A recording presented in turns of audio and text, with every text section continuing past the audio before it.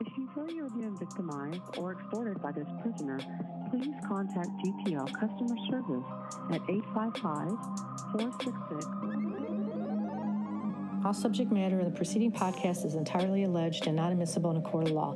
A recklessly minimal effort has been taken to change the names and details of any guilty parties.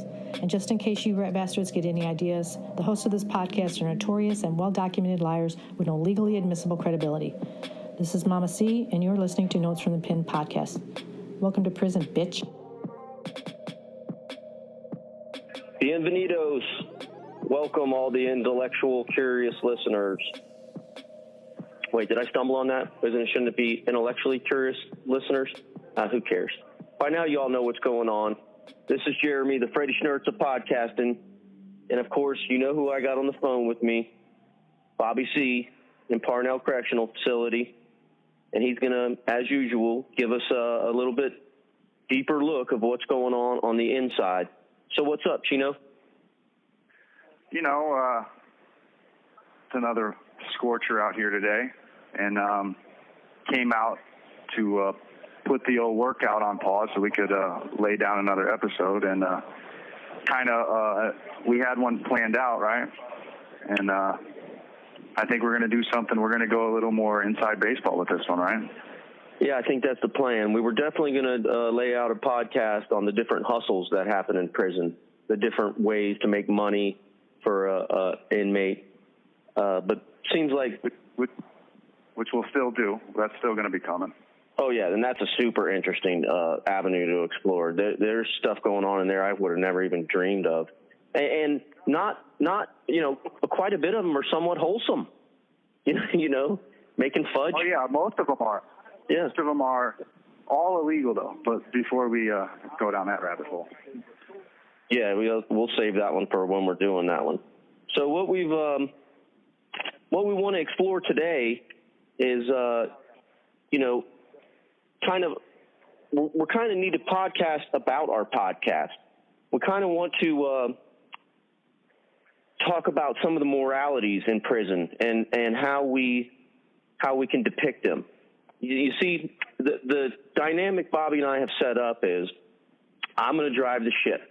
Captain Freddie Schnurz is at the helm, and I'm going to steer the direction and try as hard as I can to pull from Bobby all the interesting shit that's going on, all the stuff that fascinates us. I know it fascinates me, so I'm sure it fascinates any of the listeners, because you genuinely don't know what's going on inside a prison. And here I got on the phone with me a guy that's been locked down for 7 years, and he's still got 5 more to go. And if anybody's wondering, Michigan doesn't let people out early. Whatever your sentence is, that's what you get. What's that called, Bobby? Mandatory minimum. One of 3 states, I believe, left still in the archaic world of mandatory minimums. Right, but you don't get, game time? Good time, earned credits, whatever. There's a bunch of different nomenclatures for it. But, yeah, no positive reinforcement. Michigan has neutered itself from any positive reinforcement tools for rehabilitation. Right, so there's no real reason for you to be good other than you just don't want to tack on any more time to serve. Yeah, there really is no reason to be good. Any rehabilitation is not only incidental, it's contrary to the way things are designed in here. And so a lot of the things we'll end up talking about me being rehabilitated, if you will, are they come from personal drive or personal desire that is accomplished with no assistance along the way from the administration. No, I would say it's in lieu of the prison system. It's in spite of them. Without a doubt. Right. So one of the things we've been wrestling with is, if I'm going to pull all the interesting stuff out of Bobby, then the interesting stuff can be, that's a whole spectrum of stuff. But, of course, the first couple episodes, it's easy to talk about violence or homophobia or, there's some things that are just such easy dunks you could go right to. Titillating. Yep. The titillating aspects, yeah. But then there's also good stuff that happens in there. And well, let's just be warts and all. Let's just be flat out with it. we've got 2 different episodes in the can. They haven't gone up to Sync Producer yet, but I've got them. And one is titled, Annoyingly Positive Bobby C, or Annoyingly Positive Bobby. And which is a term that I've had to come up with in the past on Twitter or on notes from the pen when I write, because I'm such a cynical, irreverent asshole by nature that some of these things, these realizations I've gained and the growth I've made in here, though is completely true and really comes from the heart, still that cynical side of me is annoyed by how positive I sound. So that's like a little shot I take at myself. That's why it's called that. It's not brand new, but it's definitely a thing that happens in here. So go ahead. I cut you off. Yeah, no, that's all right. I needed you to.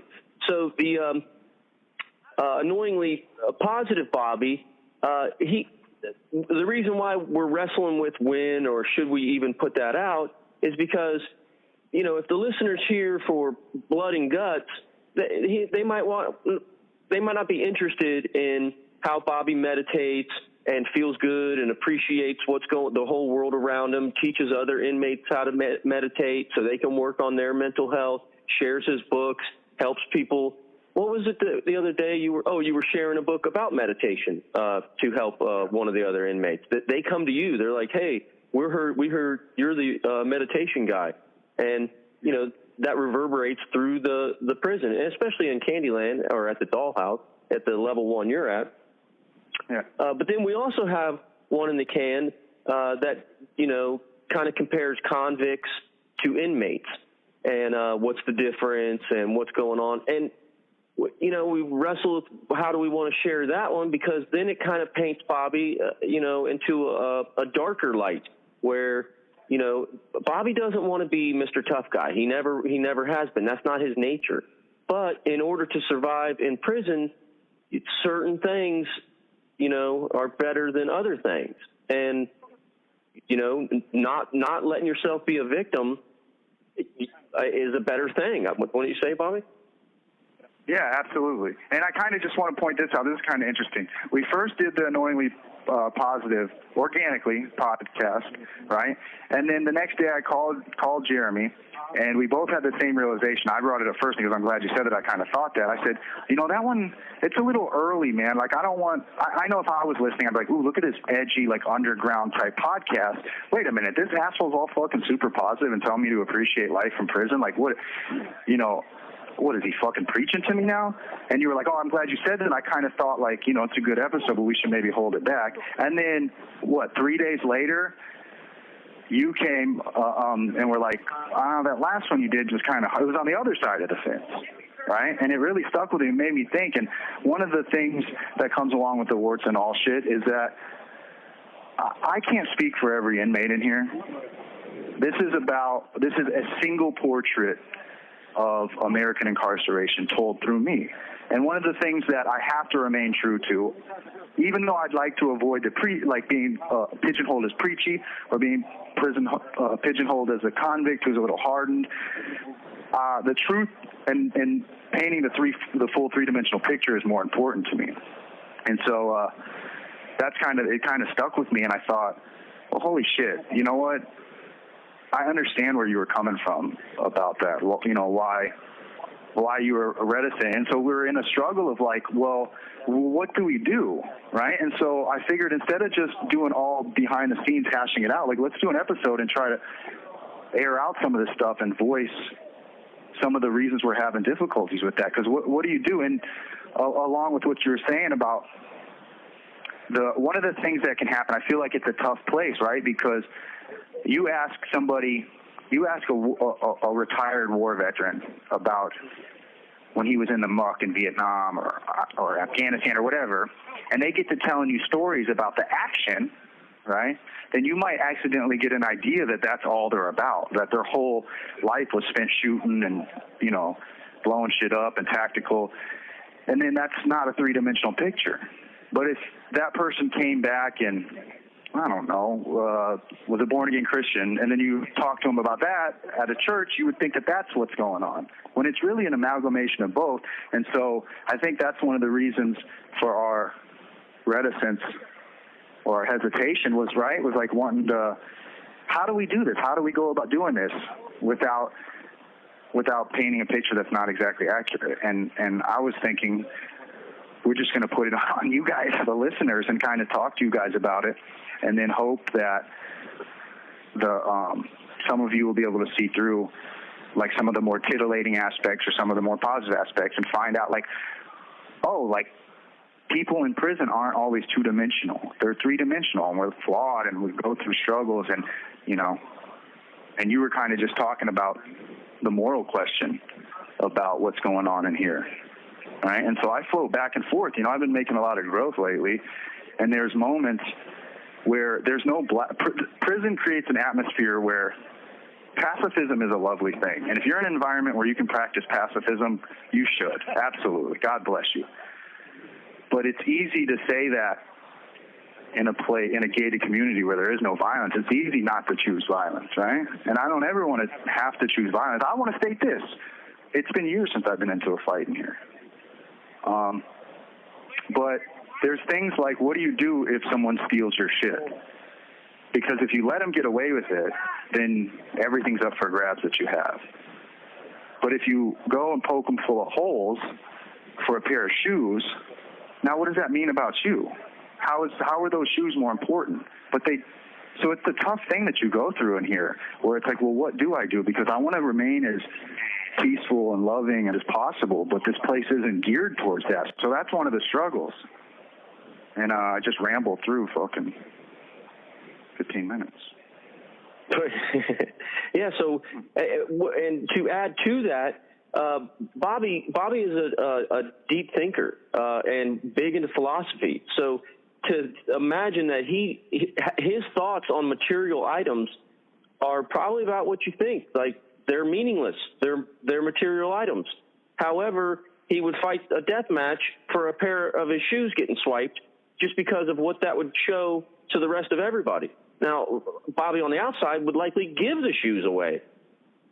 So this is a whole morality thing that really, really gets difficult. Yeah, prison forces you to put your beliefs to the test, right? It takes them out of their nice little safe boxes and forces you to use them, and then you see what works and what doesn't work. I think we forgot to plug the website in the first half of that. Should we maybe, do you want to do that, or you want me to take care of it? There's a thing with that, right? That with these little eavesdroppers of the administration, I don't know how many times I want to be pumping that out there for them to get on and go check it out. You know what I mean? Okay. On this side. I think that's fair. People know where to find you, and typically when we share this type of information, it's from your website. So there you go. And I do want to say this. A lot of the stuff, you know, I've been writing and posting on a blog on the website for years, and a lot of these subject matters, if you want, there's a corresponding stuff written about it that maybe goes more in depth or was from a while back ago. So if you go on there and surf around, you'll probably be able to find something related to whatever we're talking to, in most cases. So yeah, I think what I was saying was, and me and you have talked about this before, that there are a part of freedom that maybe you don't realize you have, that I certainly didn't realize that I had out there, is that some of the beliefs you hold on to are a privilege, right? Because you're allowed to hold on to them theoretically out there, which is, I mean, understand, it's not like you should be shamed for it or anything, but there's sometimes there can be an arrogance of an untested theory or belief that you have, right? And then the cruel reality or the sobering reality when you're put in a position to actually practice that shit, right? With multiple layers of consequences and reactionary and all this other stuff, you know. And that's one of the things one of the struggles of prison, of life in general, though it's not just in here, it happens to you guys out there too, where the rubber meets the road for some of these things, right? Right. I can see where that is. I mean, that's, yeah. Since I'm in charge of pulling interesting stuff out, yeah. And since this, honest to God, Bobby and I I've never asked him about this. It's never come up. So, but I feel like I'm not going to let you just gloss over. It's been years since you've been in a fight in prison. I'm sure I believe you. But I wanted to ask you this. Do you think that's like a self-fulfilling act? Do you think, because you're willing, it just doesn't happen anymore? Because I'm what? Willing? Yeah, and everybody's like, oh, don't poke him because I shouldn't use the word poke. Don't fuck with him because he'll retaliation is assured. That's definitely a thing, right? That's definitely an aspect of it. To answer your question, I don't know. I think it's like most things, it's probably a mixture. It's probably because I don't think, like when we did the episode, the episode that triggered like the aggressive talk, like maybe that's going to come off as a little hard in that. It was about convicts, and I had to go back to the convict mentality to explain the convict mentality to you, right? Yeah. But in the intervening years, I've reached a place where, they say when you're a hammer, everything looks like a nail.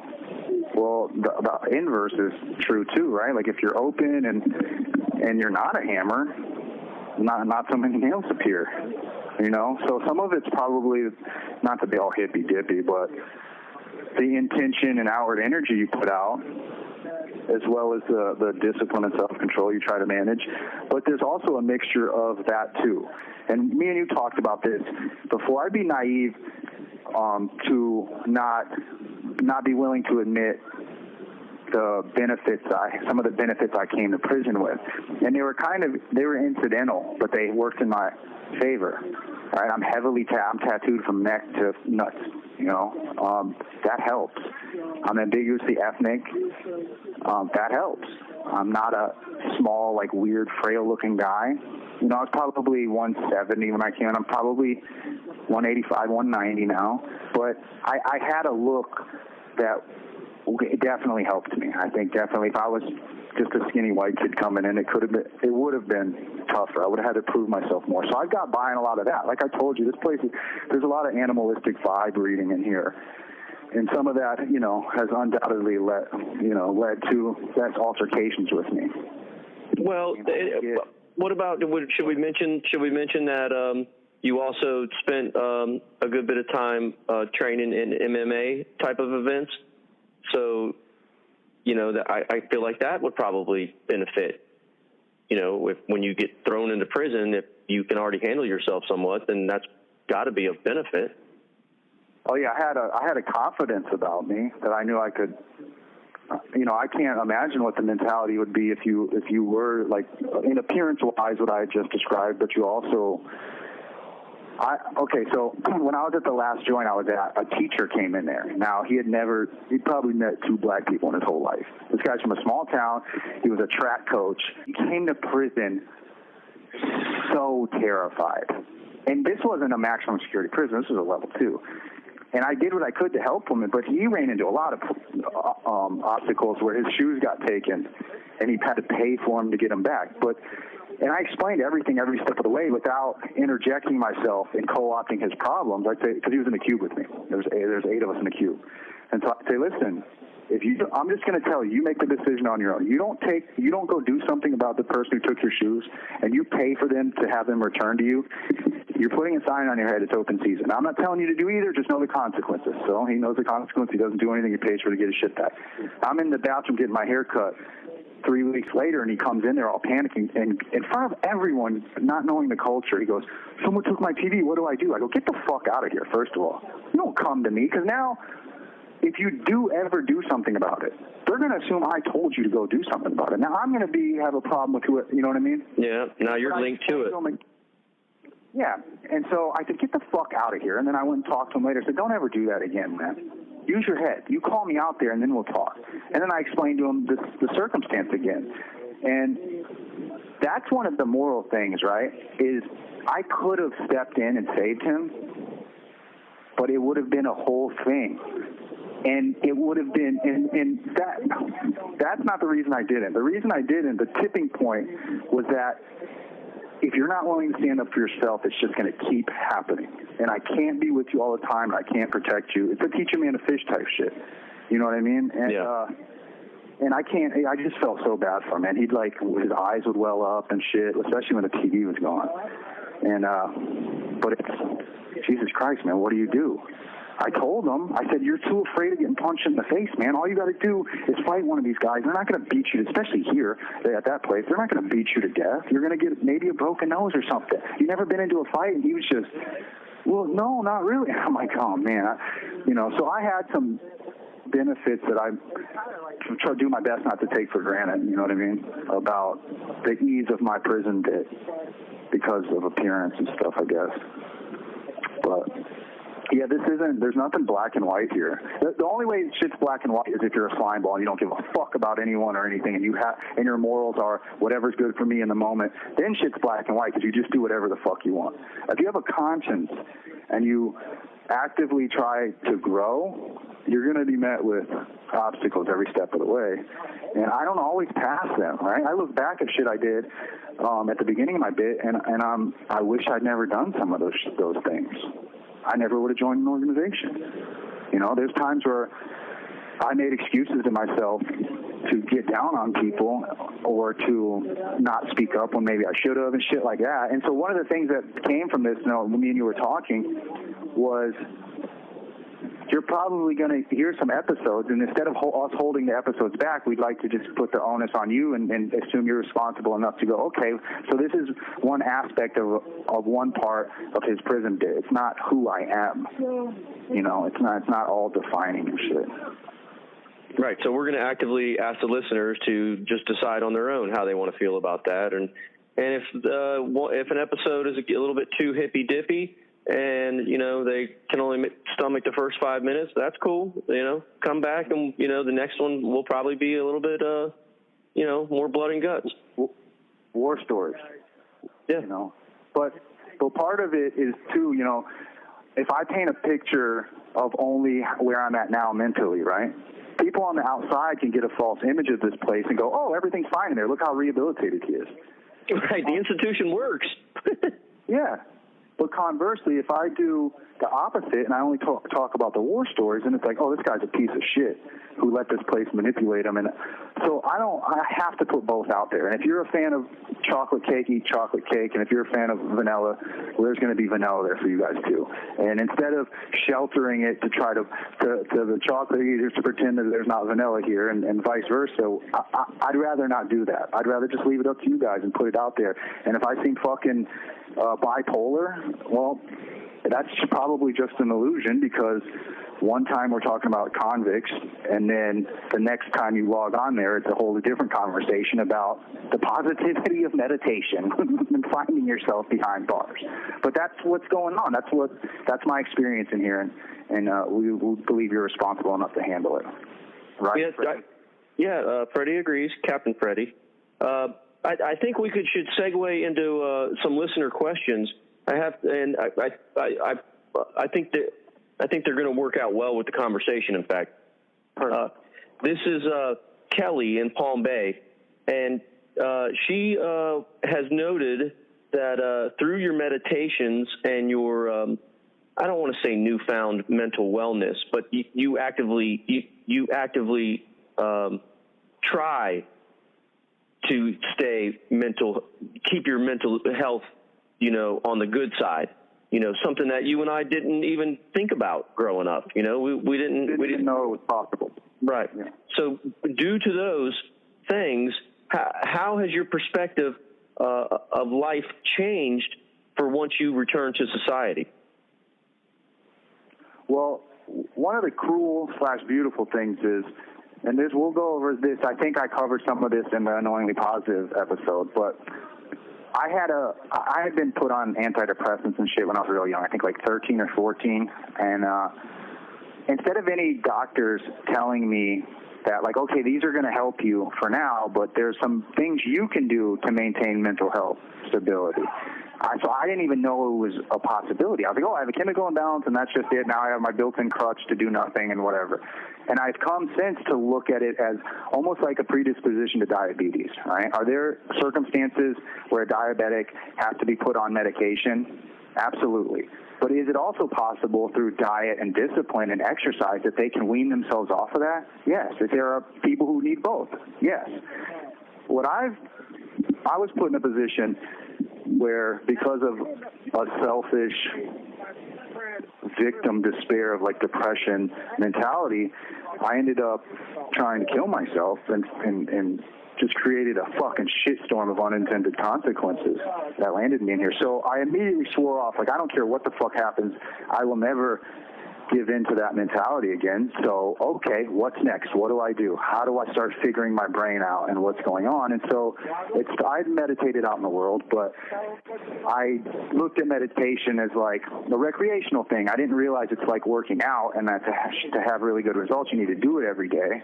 And so I was put in the hole originally right after I got arrested, and my whole life had fallen apart, and I'd spent 17 days in the hole, and between bouts of sobbing and just a haze of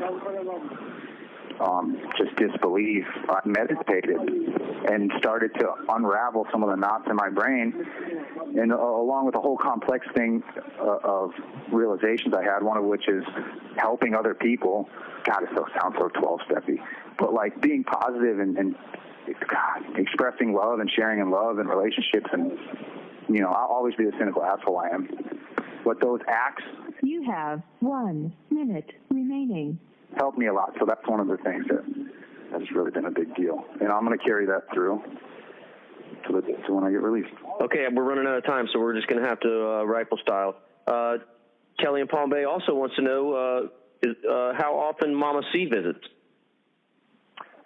It depends on where I'm at. I used to be up over the bridge in the Upper Peninsula. I probably get visits once every couple months. I once went to 8 months without a visit. Now the corona's going, no visits for a couple months. She'll be visiting soon, probably down here once every month. Okay. And Kelly in Palm Bay also wants to wonder or mention, is there going to be a Mama C episode where we have her on? Brilliant idea. I think that needs to happen. Definitely. People need to hear for what it's like for family members to deal with this shit. And I think that's a brilliant idea, Kelly from Palm Bay. Yeah, thank you, Kelly, for your questions. Those are some thoughtful questions. When you get out, you have like big plans. Like you're way more of like a carpe diem type guy now than I ever remember you. You're like, yeah, glass half full, charge on. I want to do this. I'm going to do this. And you know what? I know I'm good at this, so I'm going to, focus on it, and I'm going to go get it.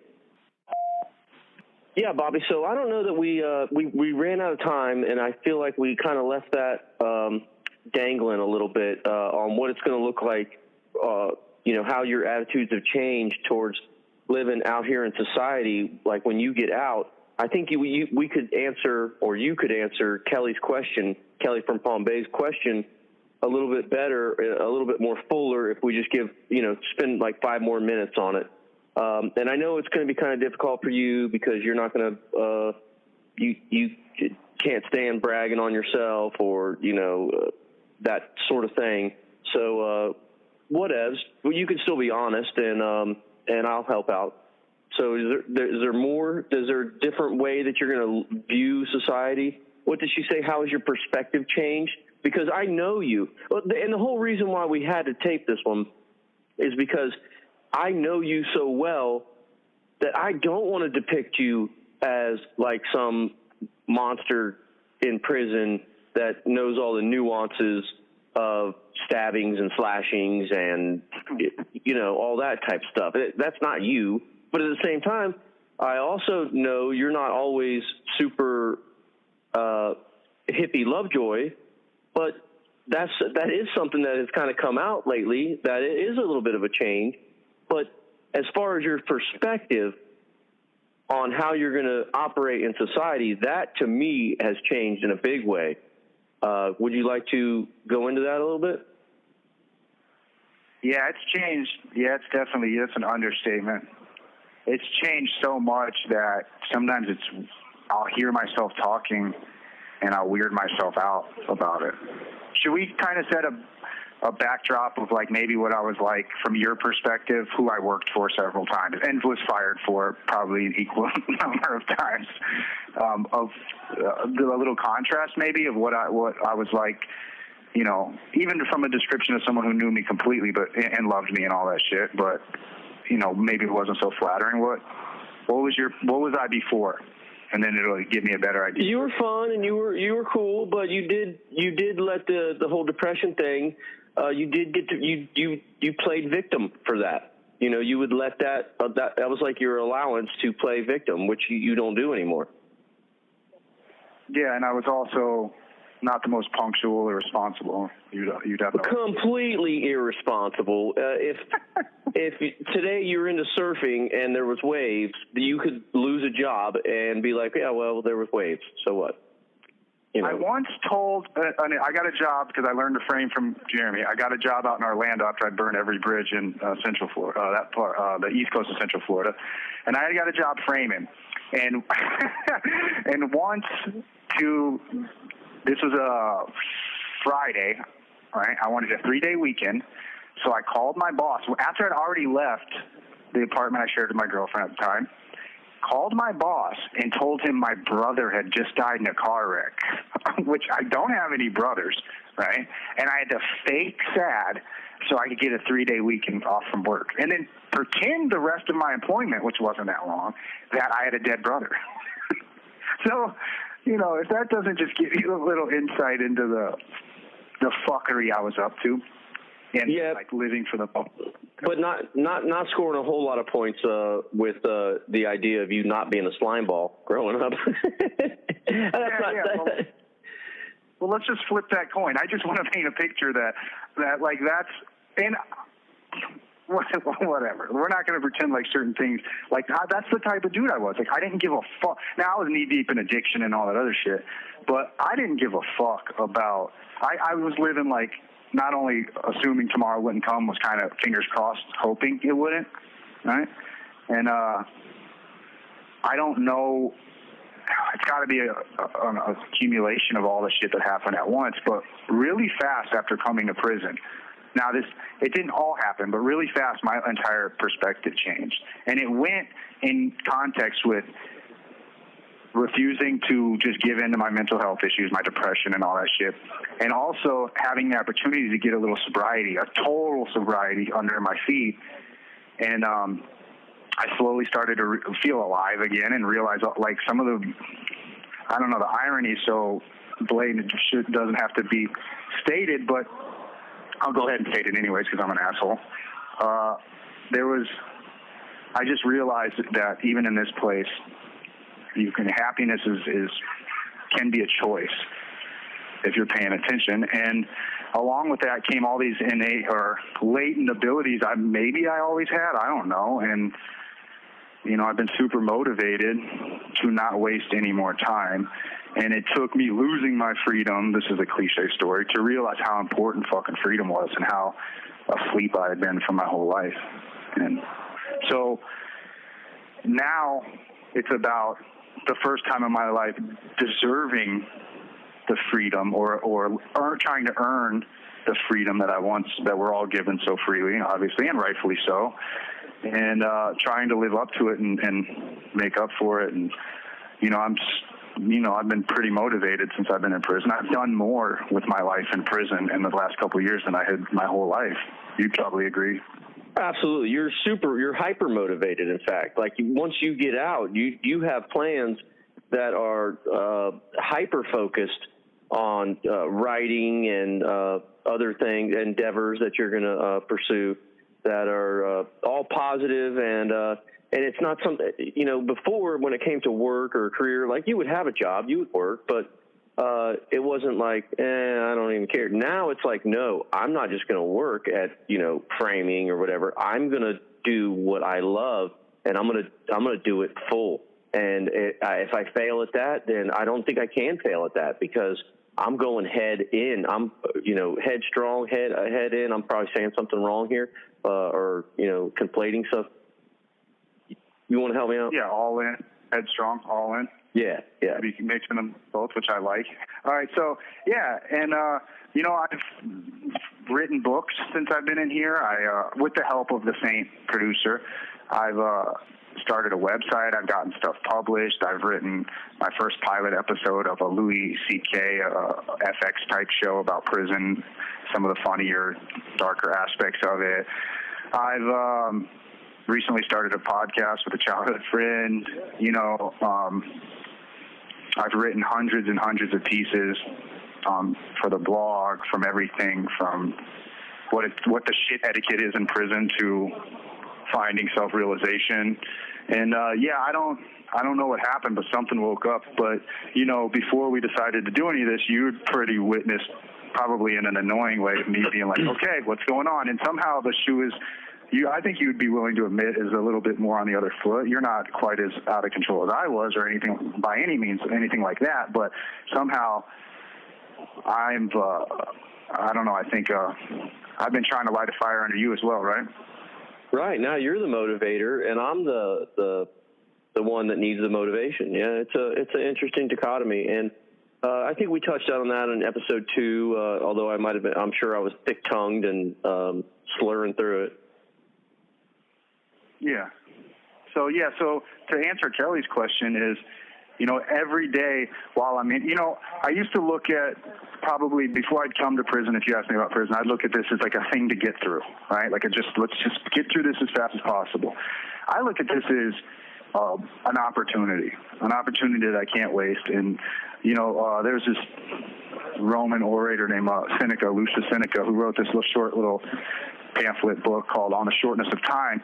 And it's beautiful. It goes on to say how frivolous human beings are with the one non-renewable resource, and how we willfully give it away to gluttony or leisure or whatever the fuck it is. How very few people are actually appreciative and honoring the limited amount of time you have on this planet. And it took me a sentence of 12 years in prison and sleepwalking through a lot of my life to realize it. But even if I only get a year, if I fucking die in here, I'll at least have been alive for a little while and cognizant and aware and doing what I can do to make the most of it. And so my whole perspective has shifted, and I hope to get the chance to do something with it out there, to talk to people about depression, to talk to people about addiction, to talk about prison reform, to get these books, finalize getting these books published, and the show, everything, And so my perspective has changed a lot. And I'd fill out appeals, hoping I'd get some time back, and then even the illusion that one day good time's going to come back, which is a perpetual rumor in Michigan. And instead of looking at it like, oh, fingers crossed one day, now I look at it like, if it doesn't happen, then that's what's meant to happen. Then I'm supposed to be in here for these next 5 years, and it's fucking nose to the grindstone. Like, let's go. What, 5.5 years, that's all I got left? Oh, shit. Let's get to it. Let's get to work. What are we doing? Are we recording today? If not, I got to go write something. You know what I mean? Yeah, I think that's great. And also, I should let the listeners know that I have read Bobby's first novel, and Surefire. Hey, I'm giving you the wrap sign, and let's wrap it up, but we can't see each other, so. Okay, yeah, that works too. Just saying it won't work. Yeah. All right. Okay. All right. Well, we'll bounce out of this, and we're gonna wrap it up here. Yeah. Arrivederci from the prison industrial complex. Hugs and kisses. And aloha. Yeah. All that. Yeah. Hi, everybody. Mama C here. For the complete library, full episodes, and bonus content, and mainly to support this cause, visit Notes from the Pen on Patreon. To learn more about Bobby and prison reform, visit our website, notesfromthepen.com. And follow us on Twitter to stay current. This has been another Notes from the Pen production.